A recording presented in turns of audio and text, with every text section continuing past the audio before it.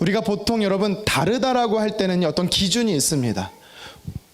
크기가 다르든지 아니면은 사용 용도가 다르든지 뭔가 다르다라고 할 때는 원래 기준이 있는 겁니다. 10년 전에 대구에서 5만 원권 위조 지폐를 70매를 컬러 프린터로 복합기로 이제 복사를 해서 한 재래시장에서 사용하다가 이제 발각이 된 20대 청년들이 있었습니다. 사진을 한번 보여주시겠습니까? 여러분 위아래 네. 위에든 아래든 어떤 게 진짜고 어떤 게 가짜 같습니까? 둘 다 진짜 같아요. 네. 위에가 위조고 아래가 진짜라고 합니다. 사실 저도 틀렸어요. 아래가 더 좀 가짜 같더라고요. 근데 아래가 더 진짜 같더라고요. 근데 알고 보니까 네, 위에가 위조라고 합니다. 무슨 말을 하는지 모르겠네요. 제가 말해도 헷갈리네요. 아직도 위조를 분별 못하고 있어요. 네, 위에가 위조고 아래가 진짜예요. 네, 그렇습니다. 자, 여러분 제가 사진을 몇 장 더 좀 보여드리고자 하는데요. 이번에는요, 하나는 진짜 실물이고 하나는 그림입니다. 그래서 여러분들이 어떤 게 진짜 실물이고 어떤 게 그린 건지를 한번 찾아보셨으면 좋겠습니다. 우리 두 번째 사진 보여주시겠습니까? 네, 아이스크림이 있어요. 여러분 이 두 개 중에 어느 게 진짜 실물이고 어느 게 진짜 그림일까요? 오른쪽이 진짜고 뭐 어떤 분은 또 왼쪽이 진짜다. 네, 한번 다음 사진 보여주시겠습니까? 네, 녹는 걸 보니까 왼쪽이 진짜고 오른쪽이 그림이에요.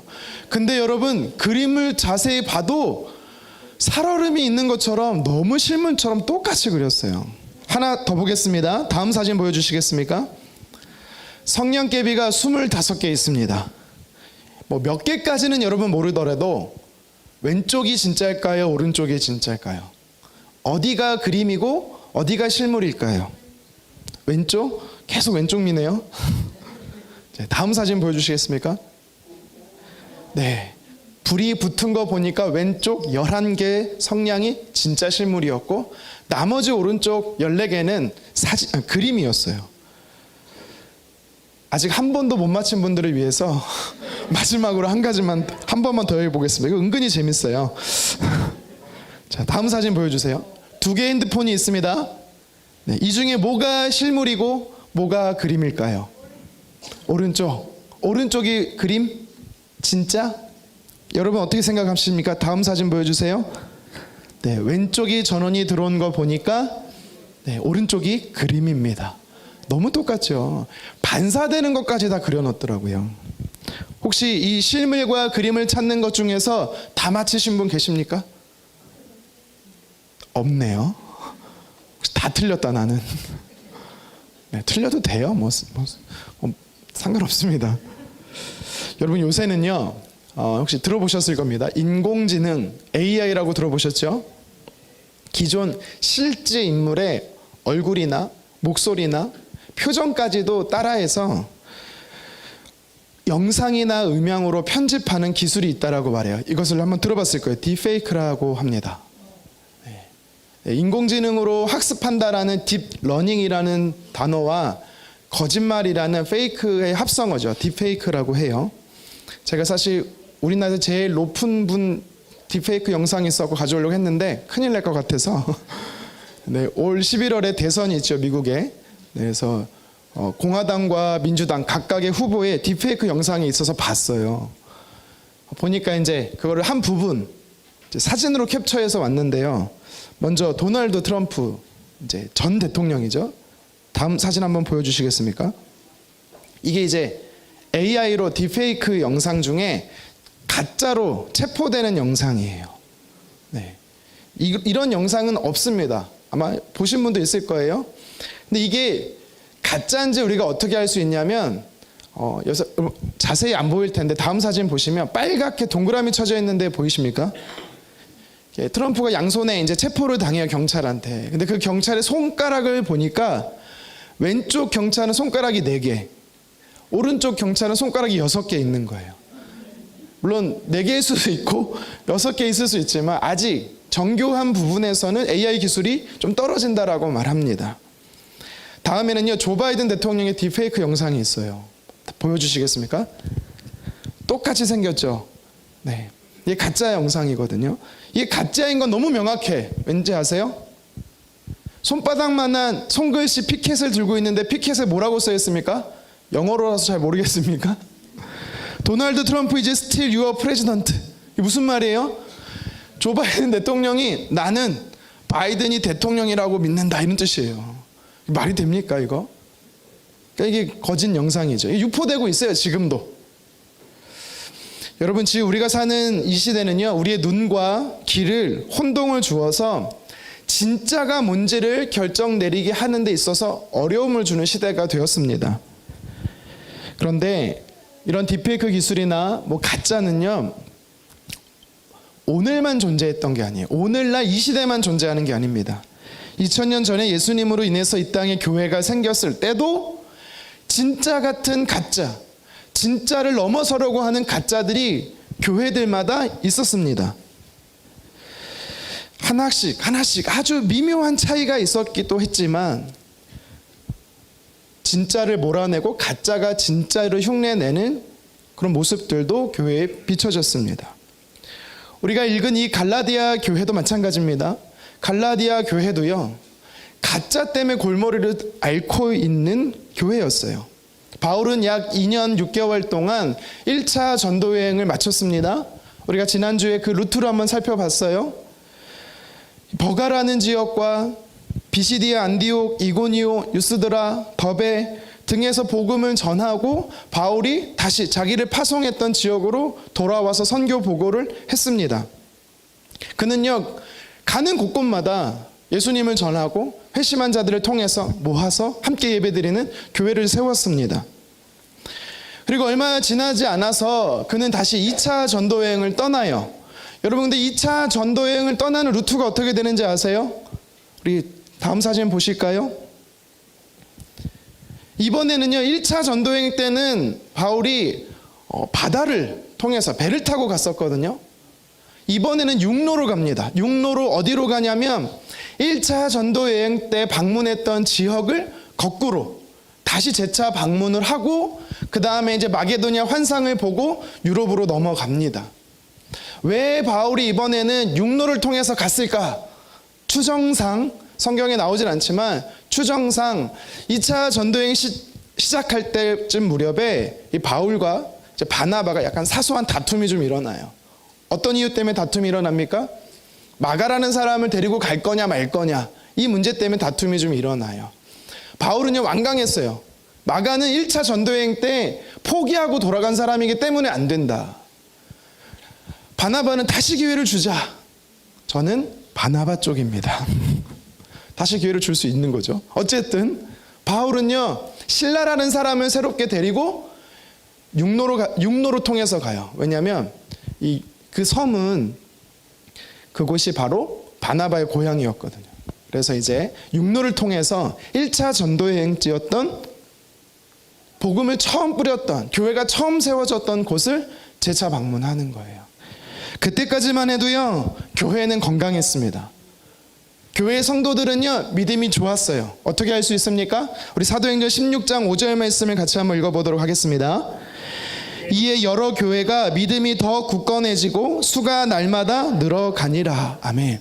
이게 1차 전도여행 때 이야기가 아니고 2차 전도여행 때 교회를 방문해 보니까 각 교회마다 건강하게 세워지고 있는 것을 보고 성경이 기록한 것입니다.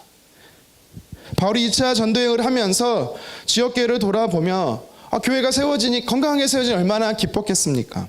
그리고 우리가 잘 아는 이때 바울이 누구를 픽업하냐면 더베와 루스드라는 지역에서 우리가 잘 아는 디모데를 픽업하는 거예요. 전도여행의 팀원으로 합류시킵니다. 그리고 함께 전도여행을 떠나는 겁니다.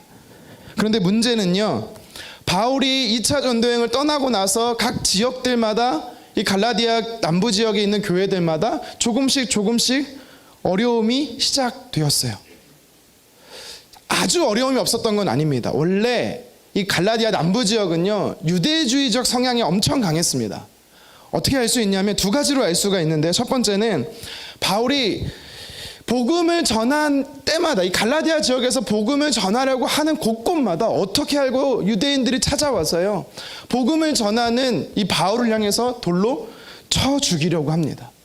그래서 비시디아 안디옥이라는 곳에서는요, 복음 제대로 전하지도 못하고 이고니온이라는 곳으로 피해요. 이고니온이라는 곳에서는 복음을 전하다가 사람들이 회심하고 돌아와서 너무 기쁜데, 문제는 비시디아 안디옥에서 찾아온 유대인들이 또 돌을 던지려고 하는 겁니다. 자, 그래서 도망칠 수밖에 없는 거예요. 이런 모습을 보면서 오직 구원은 예수 그리스도를 통해서, 예수님은 구약에 약속된 메시아다, 그리스도라는 사실이 전해지는 것을 유대인들이 굉장히 막았어요. 강력하게 막았다라는 것을 알 수가 있습니다. 그러니까 그만큼 갈라디아 남쪽 지역은 유대인 성향이 강했다라는 것을 우리가 알 수가 있는 겁니다. 또 한 가지, 갈라디아 지역의 교회들마다 유대적 성향이 강함을 우리가 어떻게 알 수 있냐면, 우리가 방금 제가 말씀드렸던 바울이 누구를 픽업했다 그랬죠? 그렇죠, 디모데. 관심 한 명밖에 없나요? 디모데를 픽업했잖아요. 근데 바울이 일단은 디모데가 누구냐인지를 잠깐 설명드리면, 그의 어머니 유니게, 그의 할머니 로이스, 다 유대인 출신들이에요. 그리고 믿음이 좋았다라고 성경은 말합니다. 그래서 하나님에 대한 지식을 어려서부터 어머니를 통해서 디모데가 알았다라고 이야기를 해요. 부모 교육이, 특별히 어머니 교육이 되게 중요한 겁니다. 그런데 이상하게도 바울이 디모데에게 할례를 시켜요. 우리 같이 한번 사도행전 16장 3절 말씀 같이 한번 읽어보도록 하겠습니다. 시작. 바울이 그를 데리고 떠나고자 할새 그 지역에 있는 유대인으로 말미암아 그를 데려다가 할례를 행하니 이는 그 사람들이 그의 아버지는 헬라인인 줄 다 알미러라. 아멘. 어머니는 유대인이에요. 아버지는 헬라인이었어요. 지금까지 어쩌면 디모데라는 사람은요, 물론 말씀을 어머니로부터 유대 말씀을, 율법을 배우고 자라고 컸지만 아버지를 따라서 할례는 하지 않았던 것 같아요. 여러분, 이상하지 않습니까? 오직 예수 그리스도면 충분합니다, 오직 예수님만 믿어야 구원을 얻습니다 라고 말했던 바울이 왜 디모데라는 사람을 불러서 할례 하지도 않았던 사람인데 굳이 할례를 시키고 있었는가? 여러분, 이것이 당시에 이 갈라디아 지역의 유대교적 사고가, 율법이 팽배했음을 알 수 있게 하는 또 하나의 증거입니다. 유대인들은요, 태어나면 자녀를 낳으면 8일이 지나면 할례를 행합니다. 왠지 아세요? 할례라는 거는 하나님의 택함 받은 백성, 성민의 상징이라고 생각했어요. 여기까지는 이해가 되거든요. 도리어 이들은 어디까지 나아갔냐면 할례 받아야만 구원 얻는다라고 생각을 했어요. 하나님의 자녀가 된다라고 생각을 했습니다. 우리 지난주에 22대 국회의원이 선출됐어요. 여러분, 뽑으신 사람들이 됐습니까? 국회의원들은요, 배지를 받아요. 그렇죠? 금 배지를 받는데요, 국회의원이 되면 배지가 주어지는 겁니다. 그렇죠? 배지를 달아야만 국회의원이 되는 게 아닙니다. 할례는요, 하나님의 백성 되면 당연히 할례는요, 받아도 되고 안 받아도 되고 그냥 상징인 거예요. 하나님의 백성이라는 상징이지, 국회의원이 배지를 잃어버렸다고 해서 국회의원이 아닌 게 아니듯이, 할례를 안 받았다고 해서, 세례를 안 받았다라고 해서 구원을 못 받는 게 아닙니다. 그런데 바울은 이게 모르는 게 아닌데 왜 디모데를 할례를 시켰을까요? 선교 전략 때문이에요. 선교 전략. 무슨 말이냐면, 여러분, 중동에 가면, 중앙아시아나 중동에 가면 선교사님들이 다 콧수염을 길러요. 아십니까? 중동에서는 여러분, 제가 콧수염을 기르면 어떨 것 같습니까? 잘 어울릴 것 같죠? 지저분하다고요? 깔끔치 않다고요? 우리나라의 문화에서는요, 콧수염을 기르면 어때요? 물론 잡혀가는 건 아니지만 불편해합니다, 상대방이. 그렇죠? 문화적 차이인 거예요. 중동에서는요, 남자가 콧수염을 기르지 않았다면 여성스럽다라는 이야기가 있어요. 그래서 선교사님들도 다 코스염 기릅니다. 중동에서 사역하시는 선교사님들은. 여러분, 우리나라에서 남자가 짧은 치마 입고 다녀보세요. 어우, 끔찍하죠. 우리 남자 집사님도 치마 입고 다닌다. 안 본 눈 삽니다. 우리나라 문화에서는요, 아직까지 남자가 치마 입는다? 굉장히 불편한 겁니다. 문화적 차이인 거죠. 바울이 원했던 게 있어요. 바울은 자신은 하나님께서 자신을 부르실 때 이방의 사도로 부르셨습니다. 이방인들에게, 헬라인들에게 복음을 전하는 사역자로 불렀어요. 그런데 바울은요, 디아스포라 유대인들도 타겟팅하는 선교 전략이 있었어요. 무슨 말이냐면 예루살렘에 사는 유대인뿐만 아니라 전 세계로 흩어져 있는 유대인들에게 복음을 전하고 싶었던 겁니다. 그들에게 복음을 전하려면 그들이 가장 많이 모이는 공동체와 그룹 속에 들어가는 거예요. 그게 어딘지 아십니까? 회당이에요, 회당. 여러분, 회당이 뭐 하는 곳입니까? 사람들이 모여서, 어떤 유대인들이 모여서 교제하는 곳이고, 떡을 떼는 곳, 같이 식사하는 곳이고, 어떤 중요한 문제를 결정하는 곳이고, 함께 모여있는 곳이 회당이에요. 그곳에 들어가려면 아무나 들어갈 수 있는 게 아닙니다. 할례 받은 사람만 들어갈 수가 있는 거예요. 그러니까 바울은 생각한 거예요. 물론 자신도 과거에는 할례 받은 유대인이었지만 자신 말고 디모데를 통해서 그들에게 복음을 전하기 위해 일부러 할례를 행한 것이었습니다. 그런데 어떤 일이 생기냐면 선교적 측면에서 복음을 전하기 위한 전략으로 디모데에게 할례를 시켰는데, 문제는요, 바울이 디모데를 할례시킨 것으로 인해서요, 교회 안에 들어온 거짓 교사들, 유대교적 이단들이요, 갈라디아 지역의 성도들의 마음을 흔들기 시작했습니다. 어떻게 흔든지 아십니까? 야, 봐봐, 바울도 할례했지? 너희들이 믿음 좋다고 인정했던 디모데라는 청년 알지? 알지.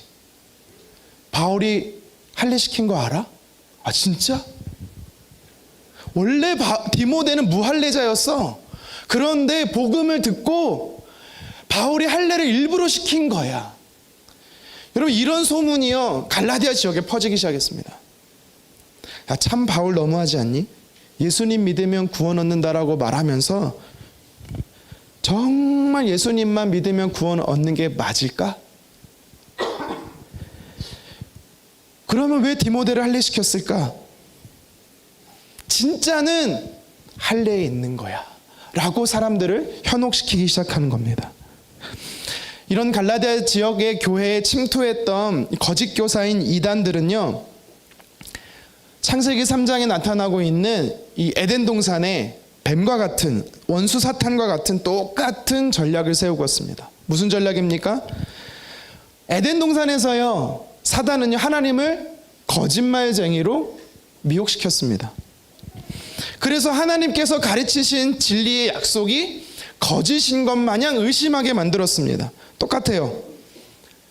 이 네거티브 전략을 통해서 갈라디아 교회에 바울이 전했던 복음이 가짜라는 사실, 의심하게 하기 위해서 바울을 흔들기 시작했던 거죠. 창세기 3장 1절 하반절 말씀 우리 같이 한번 읽어보도록 하겠습니다. 하나님이 참으로 너희에게 동산 모든 나무의 열매를 먹지 말라 하시더냐. 여러분, 하나님이 언제 이렇게 말씀하셨습니까? 하나님이 아담을 통해서 하와에게 뭐라고 말씀하셨죠?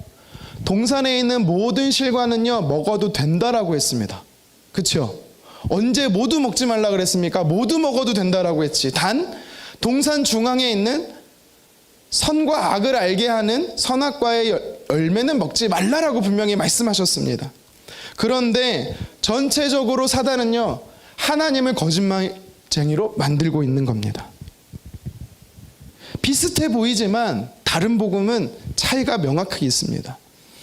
하와가 대답을 합니다. 하나님은 동산 중앙에 있는 열매를 먹지 말라고 하셨어. 그러면 정말 죽는다고 하셨어. 아직까지는 하와는요, 하나님의 약속을 기억하고 있습니다. 그러자 창세기 3장 4절에 뱀이 이렇게 얘기합니다. 같이 한번 읽겠습니다. 뱀이 여자에게 이르되 너희가 결코 죽지 아니하리라. 죽기는 무슨, 야, 안 죽어. 절대 안 죽어. 하나님은 너희를 속이고 있어. 진짜 하나님 못됐다. 하나님 정말 못됐어. 왠지 알아? 왜 하나님이 선악과 먹지 말라고 한지 알아? 내가 그 이유를 알려줄게. 창세기 3장 5절 함께 읽겠습니다.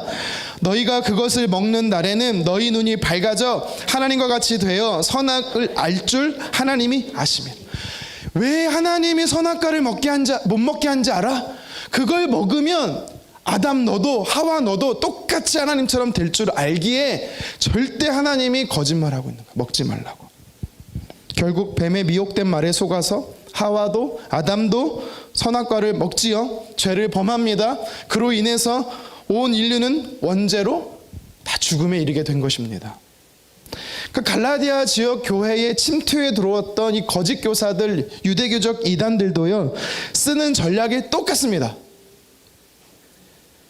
야, 왜 너희는 할례 안 받아? 바울도 할례 받고 바울이 그렇게 사랑했던 제자 디모데도 몰래 뒤에 가서 할례 시켰어. 그 이유가 뭔지 알아? 할례 받아야만 구원받거든. 바울이 말하는 오직 예수 그리스도는 맞긴 해. 하지만 그거는 전부가 아니야. 플러스 알파가 있어야 돼. 계속해서 교회 안에 거짓된 진리, 유대교적 율법을 지켜야 한다, 안식일을 지켜야 한다, 또 할례를 받아야 한다 등등의 많은 복음이 말하지 않는 것에 대해서 강조하고 있었던 것입니다. 여러분, 이런 식으로 계속해서 이 스크래치를 내면서 갈라디아 지역 교회들은요, 교회를 잠식해 가기 시작했던 것입니다. 그러니까 바울을 의심하게 하고 바울의 가르침을 의심하게 하고 결국에는 구원의 문제가 오직 예수 그리스도라는 것까지 의심하게 됨으로 인해서요, 아까 우리가 봤던 지역들 더베랑 루스드라, 이고니온, 비시디아, 안디옥 등 처음 세워졌던 갈라디아의 교회들이 점점점 교회의 다움을 잃어버린 것입니다. 그래서 오늘 본문의 6절에 보면 바울이 이렇게 이야기하는 겁니다. 우리 6절 말씀 다시 한번 읽겠습니다. 그리스도의 은혜로 너희를 부르신 이를 이같이 속히 떠나 다른 복음을 따르는 것을 내가 이상하게 여기노라. 글씨로 써서 표현해서 그렇지 약간 정제되고 절제된 바울의 표현 같지만, 만약 오늘날처럼 바울이 영상통화하고 전화를 해갖고 아니면 실제로 만나서 이야기하면 아마 이랬을 겁니다. 야, 너 미쳤어? 죽을래? 도른 거 아니야? 정신 차리라고, 뭐 하는 짓이냐고 따끔하게 노발대발하는 것입니다. 혼내는 거죠. 여기서 6절 하반절에 보면 이상히 여긴다라는 단어가 다우마조라는 단어예요. 이게 신약 성경에 보면 몇 군데 쓰였거든요. 그래서 그 말씀을 제가 한번 찾아봤습니다. 어디서 이 단어가 이상하다라고 사람들이 말하냐면, 예수님께서 요동치는 바다를 잠잠케 하세요. 어떻게 잠잠케 하십니까? 베드로가 우리가 죽게 됐다라고, 우리가 죽었다고, 예수님 지금 뭐 하시는 거냐고, 주무실 때냐고. 그때 예수님께서 뭐라고 말합니까? 바다야 잠잠하라. 그러고 나니까 불던 바람도 그치고 바다도 잠잠게 되니까 제자들이 다우마조라고 외쳤어요. 이상하다. 이게 무슨 일인 거야 지금 이게? 라고 이들은 놀란 거예요. 매우 놀랄 때 쓰는 말이 다우마조예요. 또 성경에 찾아보니까요, 예수님 십자가 달리시기 전에 이제 왔다 갔다 하세요. 밖에도 나갔다가 들어오셨다가 예루살렘 들어가셨다가 막 이럴 때 제자들하고 같이 한 나무를 봅니다. 무화과 나무를 봐요. 예수님 뭐라고 말씀하는지 아세요? 무화과 나무를 향해서 썩게 될 것이다 라고 저주를 하십니다. 그러니까 제자들은 이해가 안 되는 거예요. 왜? 무화과 나무 열매가 맺히는 시기가 아님에도 불구하고 열매가 없음으로 인해 예수님이 그 나무를 저주하는데, 그것도 이상하지만 그 다음날 보니까 정말 나무가 말라 있어요. 그러니까 제자들이 다우마조를 외쳤어요. 이거 이상한데? 문제가 있는데 할 때 쓰는 말이 다우마조예요. 그러니까 지금 오늘 6절에서 바울이 속히 떠났대요. 천천히 떠난 것도 아니에요. 금방 복음에서 떠났대요. 이 모습을 보고 도저히 용납할 수 없고 도저히 이해할 수 없고 납득되지 않는 이상한 행동이라고 해서 다우마조라고 외친 것입니다. 딱 잘라 바울은 이야기합니다. 7절 상반절 함께 읽겠습니다. 다른 복음은 없나니. 여러분, 이게 무슨 말인지 아십니까? 진짜 복음은 하나야. 이 복음 외엔 다 가짜야 라고 바울이 이야기하고 있는 것입니다. 예수님의 십자가 외에는 절대 용납할 수 없다라고 이야기하는 것입니다. 그러면서 복음은 헬라어로 유앙겔리온이라고 이야기를 하거든요. 여러분 잘 알듯이 기쁜 소식이에요. 이 단어는 사실 언제 시작된 단어냐면 사실 성경에서부터 시작된 단어가 아니고 당시 헬라 시대에 있었던 단어가 유앙겔리온이에요. 이렇게 유앙겔리온을 사람들이 외칠 때가 있어요. 언제 외치냐면 새로 황제가 등극하면 그 황제가 속국마다 한 번씩 방문을 합니다. 그러면 그 속국의 사람들은요, 황제가 오면 유앙겔리온을 외쳐요. 복된 소식, 복된 소식이라고 외쳐요. 마치 예수님께서 예루살렘에 들어가실 때 호산나 외쳤던 것처럼 속국의 사람들이 황제를 보면서 유앙겔리온 외칩니다. 복된 소식이라고 외쳐요. 왜 외치는지 아세요? 황제가 그 자신의 나라에 오면 혜택이 주어지거든요. 감옥에 갇힌 사람들이 풀려나는 혜택이 주어집니다. 또 어떤 신분을 가지고 있는 사람이나 백성들도 마찬가지고요. 직분을 주거나 아니면 기념품과 선물을 하사합니다. 그러니까 백성들에게서, 속국의 백성들에게 있어서는요, 1년에 평생에 한 번 있을까 말까 한 혜택이기 때문에 복된 소식 유앙겔리온을 외치는 겁니다. 근데 예수님께서요, 그 당시 그 문화를 아셨기 때문에 진짜 너희 삶 안에 복된 소식, 복음은 뭐냐? 예수 그리스도라고 말한 겁니다. 왜요? 왕 대신 예수 그리스도가 이 땅에 오셔야만 죽음의 죄의 저주 아래 놓여있던 우리들이 해방되기 때문입니다. 하나님의 자녀가 되는 권세, 선물을 받기 때문입니다. 그래서 진짜 복음은 예수 그리스도예요. 그래서 예수님만이 복음입니다. 여러분, 이 사실이 우리에게 주는, 특별히 오늘 성경이 우리에게 주는 첫 번째 메시지가 있어요. 무엇인지 아십니까? 다른 복음을 전하는 것은 하나님 앞에 저주를 받는다. 심각한 범죄다라는 겁니다. 다른 복음은 심각한 범죄입니다. 우리 8절 하반절 말씀 읽어보도록 하겠습니다. 다른 복음을 전하면 저주를 받을지어다. 아멘. 그럼 8절에만 얘기한 게 아니라 9절에도 한 번 더 얘기해요. 다른 복음을 전하면 누가 됐든 저주를 받는다. 지금 갈라디아 교회를 향해서 바울은 이야기합니다. 지금 교회 안에 있는 다른 복음 때문에 모두 저주를 받게 될 거라고 천명하고 있는 겁니다. 사실 이 바울은요, 이게 처음 얘기한 게 아니에요. 또 얘기하고 있는 거예요. 우리 9절 상반절 말씀 읽어보겠습니다. 시작. 우리가 전에 말하였거니와 내가 지금 다시 말하노니. 그러니까 바울은요, 이제 와서 뭔가를 미봉책으로 이야기하는 말이 아니라 이미 교회를 처음 세울 때 여러분의 구원은 오직 예수 그리스도밖에 없습니다. 예수님 외에 다른 것을 첨가하면, 유대교적 율법을 첨가하면 여러분 저주받습니다. 여러분 얘기하는 거예요. 여러분 저와 여러분, 우리도 마찬가지입니다. 예수 그리스도 외에 다른 방법을 추구하면 저주받습니다. 여러분, 이거는 바울만 얘기하는 게 아니에요. 사도 바울만 이렇게 얘기한 게 아니라 성경의 맨 마지막 계시록을 마지막까지 썼던 요한도 똑같은 말하고 있습니다. 우리 같이 한번 요한계시록 22장 18절 말씀 읽어보도록 하겠습니다. 내가 이 두루마리의 예언의 말씀을 듣는 모든 사람에게 증언하노니 만일 누구든지 이것들 외에 더하면 하나님이 이 두루마리에 기록된 재앙들을 그에게 더하실 것이요. 아멘. 뭐라고 말하고 있습니까? 기록된 하나님 말씀 외에, 진리 되신 하나님 말씀 외에 뭔가를 더 추구하거나 추종한다면 여러분의 삶 안에 샬롬, 행복, 평안, 재앙이 있다라는 거예요. 여러분 잘 생각해 보세요. 왜 내 삶에 재앙이 올까? 복음 외의 것들을 여러분 추구하고 있기 때문입니다. 여러분, 제가 한 게 아니라, 제가 내리는 저주가 아니라 참 못된 바울이 하는 거고 성경이 우리에게 이야기하고 있는 겁니다. 하나님의 백성이라고, 선택받은 백성이라고 말하는 가나안 땅에 이스라엘 백성들이 왜 바벨론에 멸망하고 쫓겨났습니까? 그들은요, 하나님을 떠난 게 아니에요. 사실은 예배 드렸어요. 절기 지켰어요. 근데 문제가 뭔지 아세요? 플러스 알파가 더 컸어요. 그러니까 오늘 바울이 말한 대로 이야기하면 진짜 복음 외에 거짓 복음, 다른 복음, 잘못된 복음을 더 추구했습니다.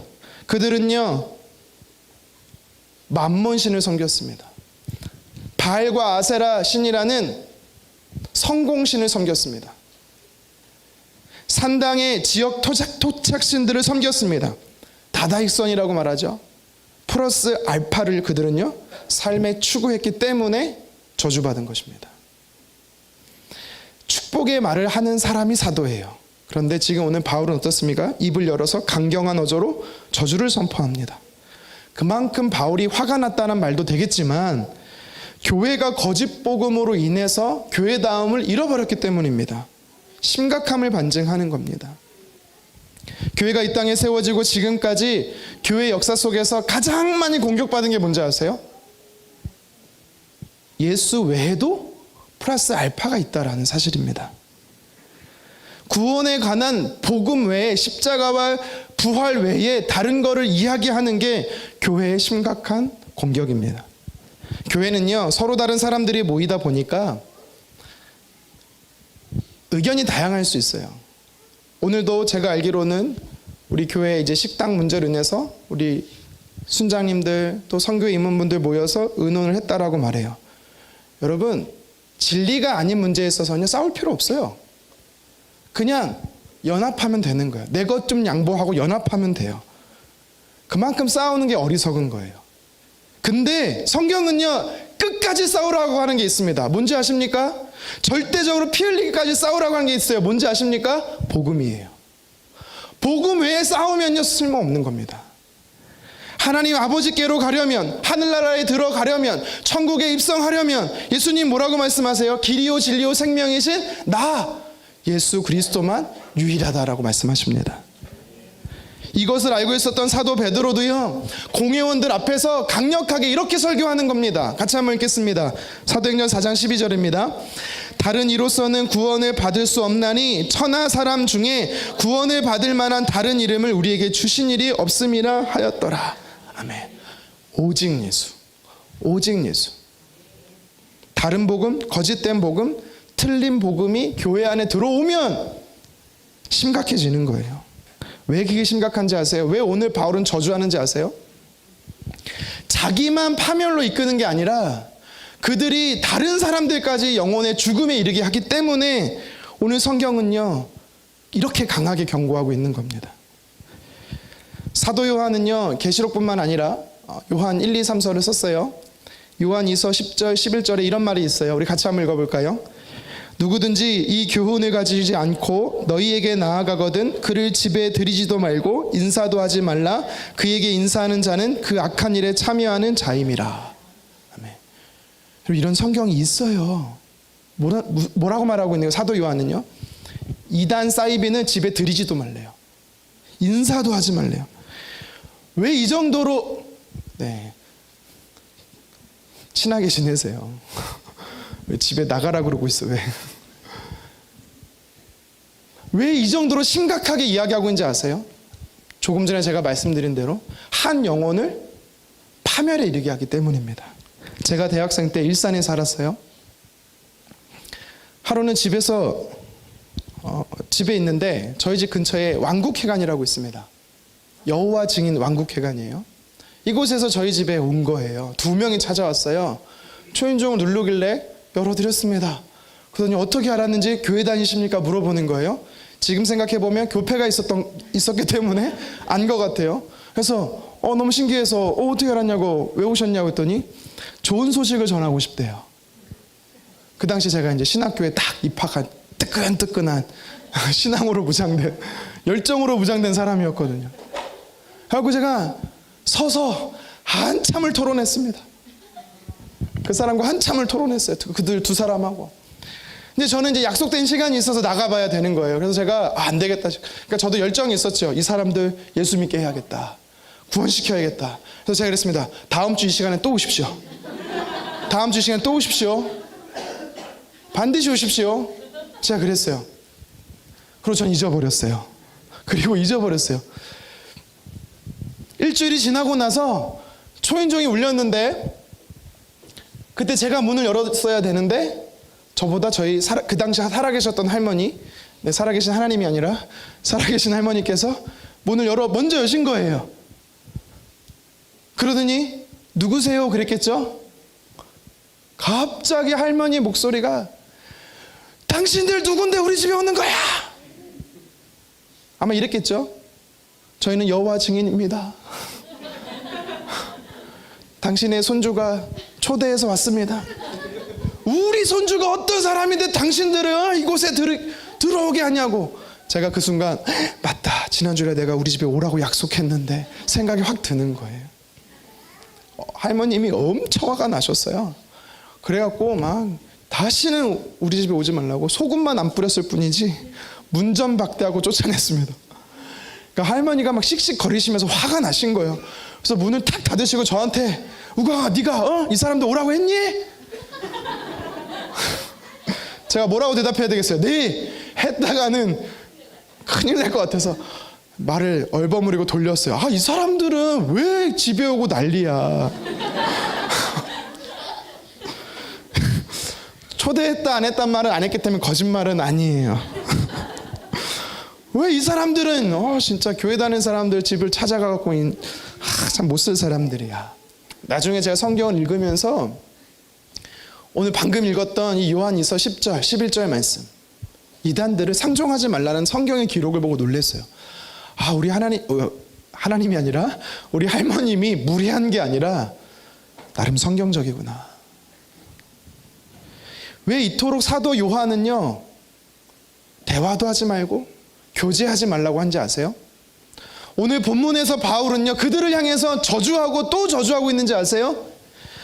그만큼 그들의 거짓 복음, 잘못된 복음을 희석시키는 사실이 이상하게도요 파급 효과가 있어요. 그렇게 예수님 믿으세요 막 수년을 따라다니면서 복음을 들으라고, 예수님이 여러분들을 예수님 믿어야 구원 얻는다고, 교회 한번 와달라고 그렇게 교회를 끌어들였는데 이상하게도요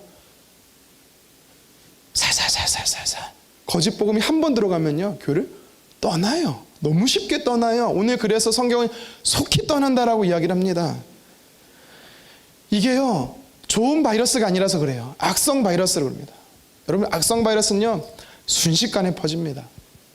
그래서 그렇게 사도 요한도 오늘 성경의 바울도 저주하고 또 저주하노라라고 강력하게 이야기하는 겁니다. 1517년에 루터가 종교개혁을 한 당시에는요 그는 목사님이 아니었습니다. 신부님이었어요. 사제였어요. 가톨릭 사제였습니다. 그런데 그의 기록에 의하면 루터는요 신부님이시면서도 구원의 확신이 없었대요. 늘 구원의 확신이 없으니까 늘 두려웠대요. 고행을 하고 미사를 날마다 드리고 심지어 교황청 계단을요 무릎으로 다녔어요. 무릎팍이 까지고 무릎에서 피가 날 정도로 수행을 했다라고 말합니다. 그런데 구원의 확신이 없었대요. 늘 두려웠대요. 자기의 죄로 인해서 늘 두려웠대요. 지옥으로 갈까 봐. 그러다가 그가 카톨릭이 잘못됐음을 발견했다라고 말합니다. 어디서 발견했냐? 말씀을 읽다가 발견했어요. 그 말씀이 어느 본문이냐면 로마서 1장 17절입니다. 같이 한번 읽어보도록 하겠습니다. 복음에는 하나님의 의가 나타나서 믿음으로 믿음에 이르게 하나니 기록된 바 오직 의인은 믿음으로 말미암아 살리라 함과 같으니라. 오직 의인은 믿음으로 말미암아 살리라. 하박국 선지자가 구약에서 한 얘기예요. 오직 의인은 믿음으로 산다. 이거를 바울이 인용해서 기록해 놓은 거거든요. 이 사실을 읽으면서 바울이 깨달은 겁니다.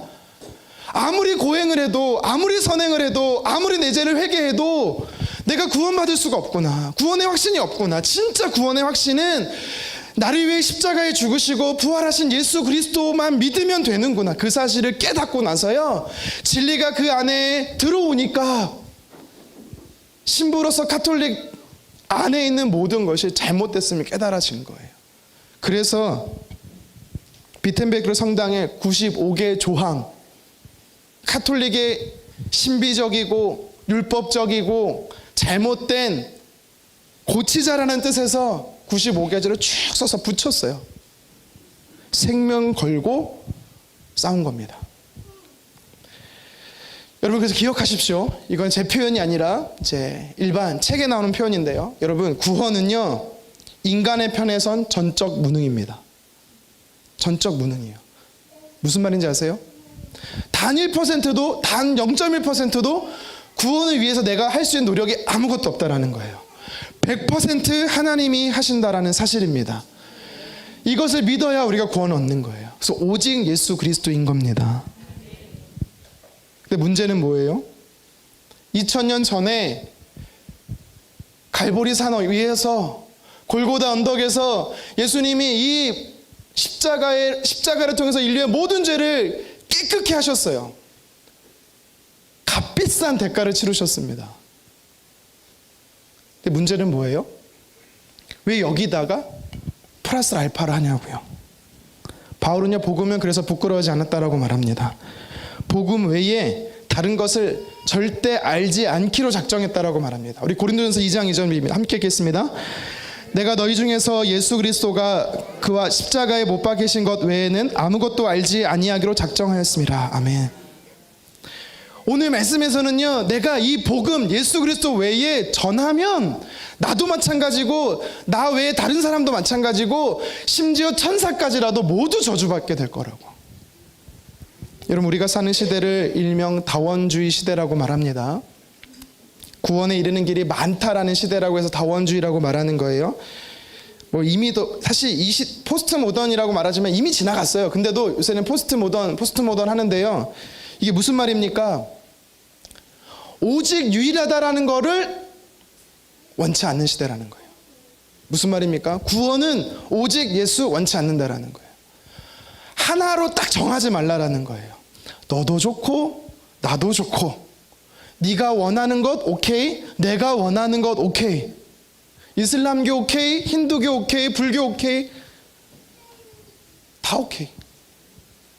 자기만의 방식과 자기만의 교리와 자기만의 진리로 구원에 이른다라고 서로 존중해 주자. 선과 악을 구분짓는 걸 너무 싫어합니다. 진리를 하나로 규정하지 말래요. 그래서 교회에서 그리스도인들이 복음은 오직 예수님입니다라고 말하면 꼴통. 꼴통. 무식한 사람들, 편협한 사람들. 여러분, 어쩔 수 없어요. 꼴통이어도 됩니다. 무식해도 괜찮습니다. 오직 복음은 하나입니다. 교회는요, 진리가 있는 곳이기 때문에 교회예요. 여러분, 가정은요, 어떻게 이루어지죠? 남자와 여자와 결혼해서 부부가 돼서 가정을 이루는 겁니다. 아직까지 우리나라는 법적으로 가정은 그래요. 근데 요새 뭐라고 말합니까? 남자와 남자가 결혼해도 가정이 된다라고 인정해 달라는 거예요. 여자가 여자끼리 결혼해도 가정이 된다라고 말하고 비난하지 말라라는 거예요. 법적으로 인정하지 못하겠으면 비판이라도 하지 말래요.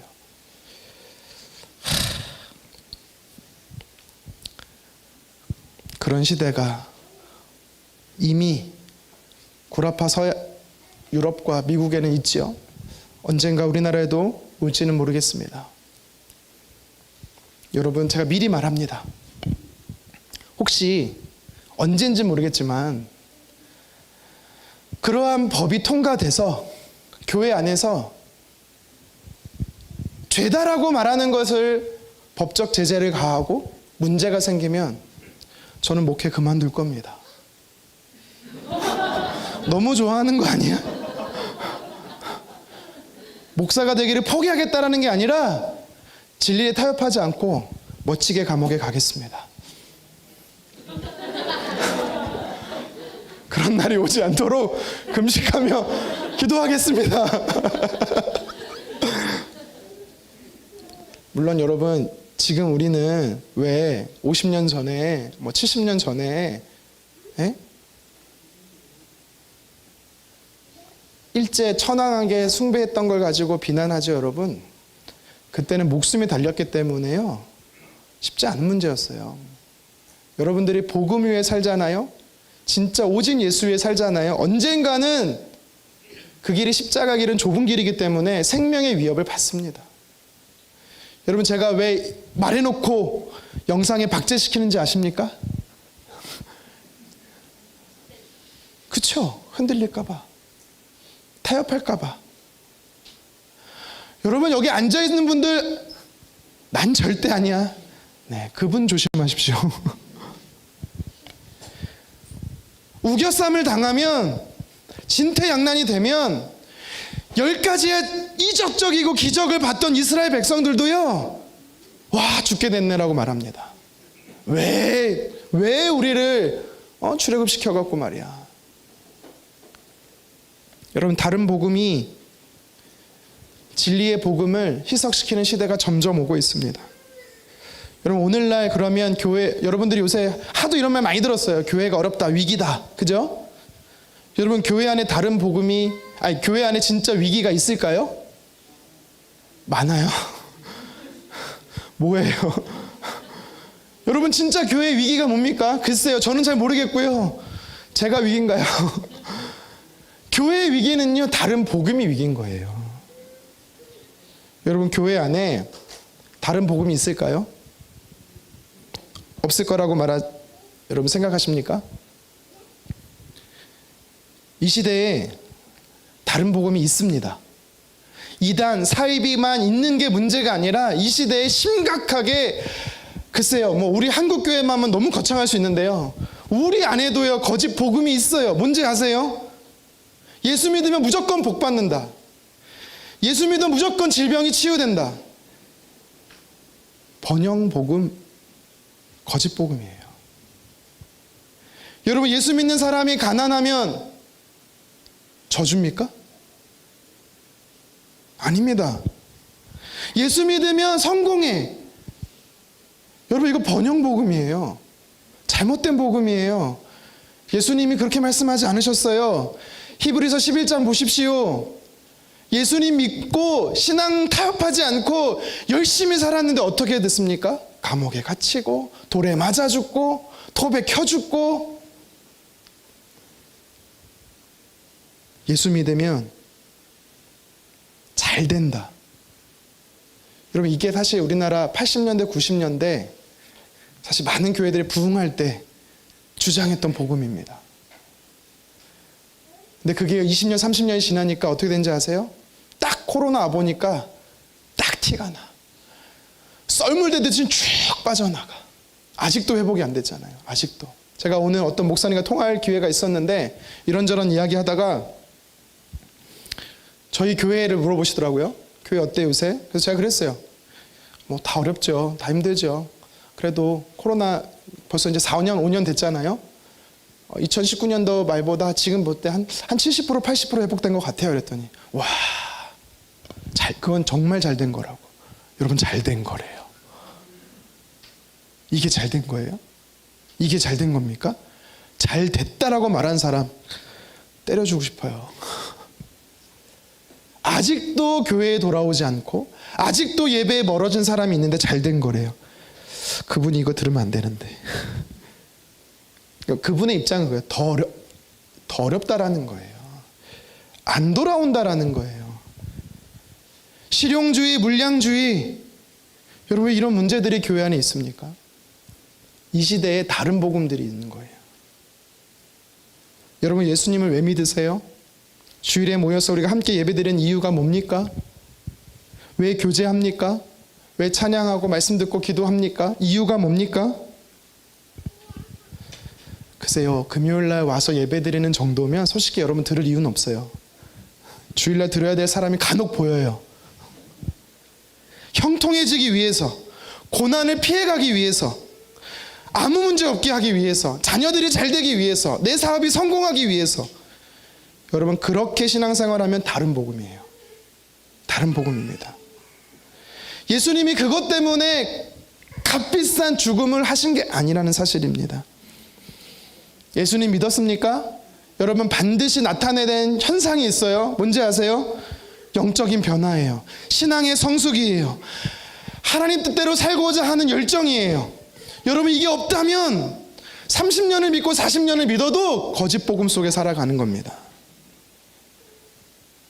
나도 모르게 값싼 복음, 희석된 복음, 거짓된 복음, 잘못된 복음, 다른 복음, 여러분 나도 쫓고 살고 있는 줄 모르는 겁니다.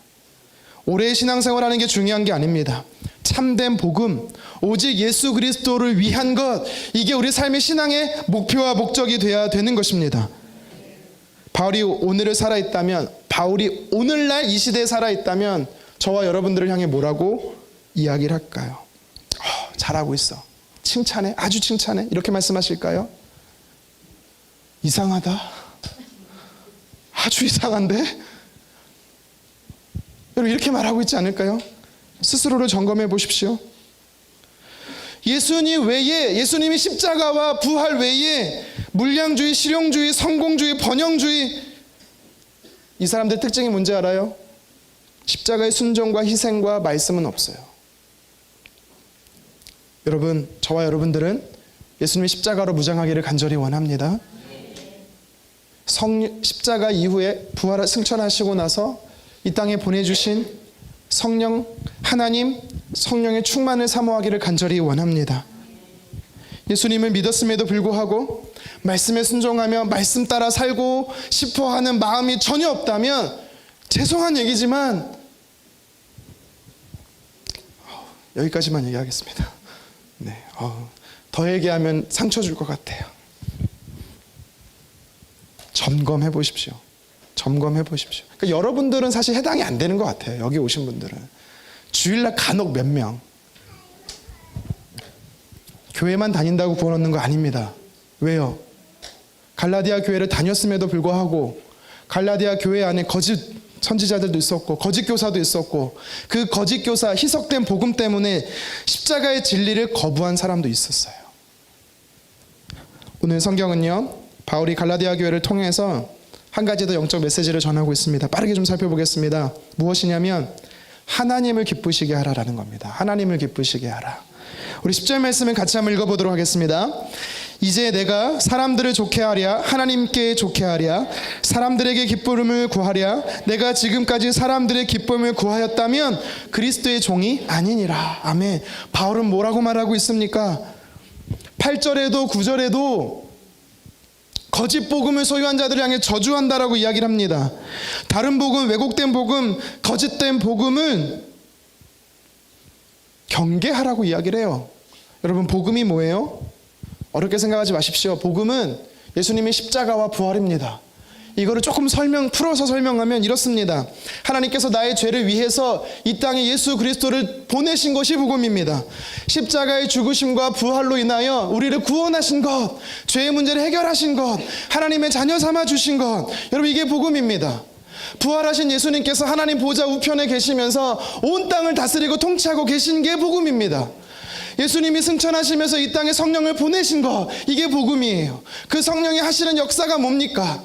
성경을 깨닫게 하시고 예수님이 어떤 분이신지를 깨닫게 하셔서 십자가 앞에 십자가를 지고 따르는 삶을 살라라고 가르쳐주는 게 복음이에요. 그래서 바울의 고백처럼 이제가 나를 위해 사는 것이 아니라 내 안에 계신 예수 그리스도를 위해 살아가는 것, 이게 복음이에요.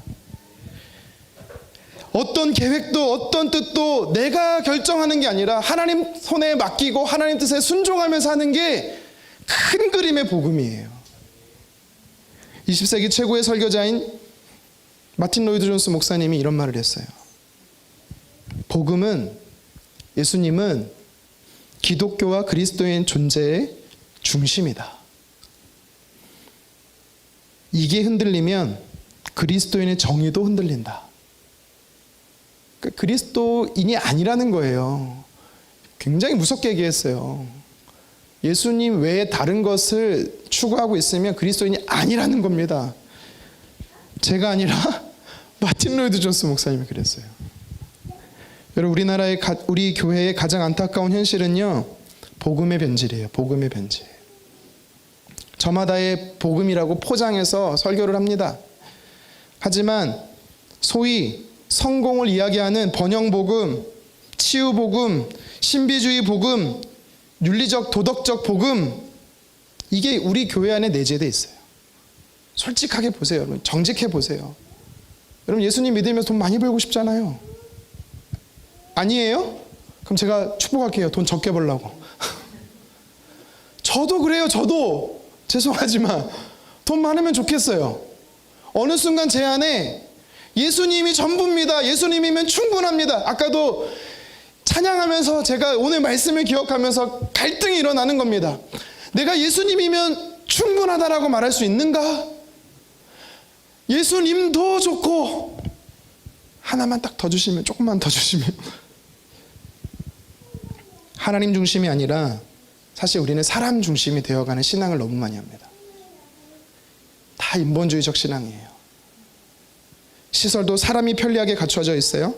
사람들이 듣기 좋아하는 설교만 합니다. 죄에 대한 설교, 회개에 대한 설교, 헌신과 순종과 십자가 설교 싫어합니다. 좋아합니까? 여러분 좋아하세요? 저도 불편해서 못하겠어요. 최근에 고난주간 통과하면서 힘들었습니다. 진짜 복음은 나에게 초점을 맞추는 게 아니라 하나님께 초점을 맞추는 겁니다. 예수님이 이 땅에 사시면서 자기를 위해 사신 것이 아니라 하나님 뜻에 순종하며 살았듯이, 이게 진짜 복음입니다. 오늘 10절에 바울이 뭐라고 말하고 있습니까? 사람을 기쁘게 할 게 아니라 하나님을 기쁘게 하라고. 이게 진짜 복음을 소유한 사람의 모습이라는 것입니다.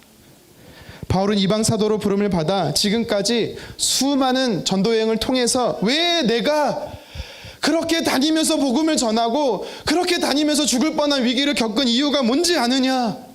복음 때문이다. 복음 때문. 하나님이 원하시는 뜻이다라는 것을 이야기하는 것입니다. 여러분 무엇을 위해 살아가고 계십니까? 누구를 위해 살아가고 계십니까? 나입니까? 하나님이십니까? 바울과 같이 참된 복음을 소유한 하나님의 사람은요, 결과적으로 하나님 말씀에 순종합니다. 내가 정말 하나님 말씀에 순종하고 살고 있는지 점검해 보십시오. 이스라엘의 초대 왕이었던 사울이 왜 하나님께 버림받습니까? 분명히 하나님 말씀하셨어요. 아말렉의 모든 것은 다 진멸하라고, 사람도 가축도 다 진멸하라고. 근데 사울 왕이 어떻게 합니까? 좋은 소와 양을 남겼어요. 심지어 아말렉 왕 아각도 살려뒀습니다. 이유가 뭡니까? 사람들이 원해서. 사울 왕은요, 하나님의 음성이 아니라 사람의 음성을 듣는 사람이었어요. 하나님을 기쁘시게 하는 사람이 아니라 사람을 기쁘게 하는 사람이었습니다. 그래서 하나님께 버림받았습니다. 인터넷에 한 자매 간증문이 있어서 여러분에게 소개해드리고 설교를 좀 마치도록 하겠습니다. 유석경 자매의 간증인데요, 이 사람은 서울대 불문과를 나왔대요. 종로 학원에서 잘 나가는 일타 강사였어요. 엄청난 연봉에 돈도 참 많이 벌었다라고 말합니다. 휴가차 미국에 가서 여행 중에 예수님의 복음을 듣고 회심을 했다라고 이야기합니다. 너무 큰 은혜를 받아서 주를 위해 살고 싶다 작정하고 회사를 그만두고 신학교에 들어갔다라고 말해요. 여러분, 은혜 받는다고 다 신학교 가지 마십시오. 근데 문제는요, 신학 공부를 딱 하는데 직장암에 걸린 거예요. 그리고 1년 안에 죽는다라는 판정을 받았습니다. 그분이 이렇게 간증을 합니다. 잘 들어보십시오. 나는 하나님을 원망해 본 적이 단 한 번도 없습니다. 내가 왜 암에 걸렸는지 묻지도 않습니다. 왜냐하면 내가 하나님을 이해하려고 한다면, 하나님은 이해된다면 더 이상 하나님이 아니기 때문입니다. 나는 하나님을 이해하려고 하지 않습니다. 그저 신뢰합니다. 우리는 하나님의 피조물입니다. 우리가 해야 할 일은 하나님을 이해하는 것이 아니라 신뢰하는 것입니다. 나는 하나님이 내게 가장 좋은 것을 주신다라는 사실을 신뢰합니다. 믿어 의심치 않습니다. 내가 왜 암이 생겼는지 모릅니다. 내가 몸 관리를 잘못할 수도 있고 스트레스를 많이 받아서일 수도 있습니다. 어떤 원인 때문이든 하나님이 허락하신 거라면 내게 가장 좋은 거라고 저는 믿습니다. 여러분, 이 자매의 간증을 들으면서 어떤 생각이 드십니까? 하나님을 신뢰하고 하나님을 집중하는 사람이었어요.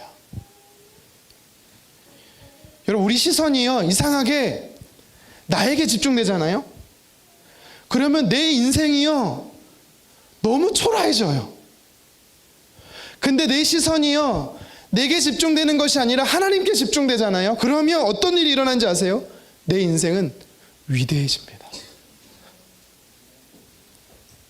저와 여러분들도 내가 왜 이렇게 생겼는지, 내 처지가 왜 이런지, 물질이 많든 적든, 건강하든 안 하든, 어떤 위치에 있든 없든, 저와 여러분들은 하나님 나라의 존귀한 자들입니다. 하나님이 만드신 최고의 걸작품이에요. 우리 마지막으로 옆사람에게 고백합시다. 당신은 최고의 걸작품이에요. 당신은 하나님 나라의 걸작품이에요. 여러분, 성공은 우리 인생의 목적이 아닙니다. 하나님과 교제하고 하나님을 위해 사는 것이 우리 삶의 목적이 되어야 합니다. 하나님을 여러분의 삶의 목적으로 삼으십시오. 바울과처럼 하나님을 기쁘시게 하는 것을 여러분의 삶의 목적으로 삼으십시오. 그래서 하나님께서 주신 성공이라면 감사하십시오. 제발 그게 목표가 되지 마십시오. 여러분, 저도 기도가 바뀌었어요. 최근에 바뀐 게 아니라 코로나 기간 때 바뀌었어요. 하나님, 저는 우리나라의 손 몇 위 안에 드는 목사가 되고 싶어요. 아닙니다. 잘못된 복음입니다. 거짓 복음입니다. 주님이 원하실 때까지만 설교하겠습니다. 주님이 허락하실 때까지만 복음 전하겠습니다. 이게 제 삶의 목표예요. 여러분, 내년에 당장 전 떠날 수 있어요. 주님이 떠나라고 하면요. 좋다고? 왜냐하면 이 자리가 저의 삶의 목표가 아니거든요. 이 자리가 제 삶의 목적이 아니거든요. 여러분, 저희 아이 원광대 가도 괜찮아요. 아는 사람은 알 거예요.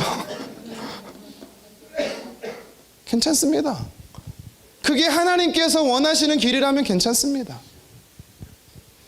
가난해도 괜찮습니다. 먹지 못해도 괜찮아요. 이미 먹어놓은 게 많아서 오래오래 살 수 있어요. 그게 제 삶의 목적이 아니에요. 바뀌어지고 있어요.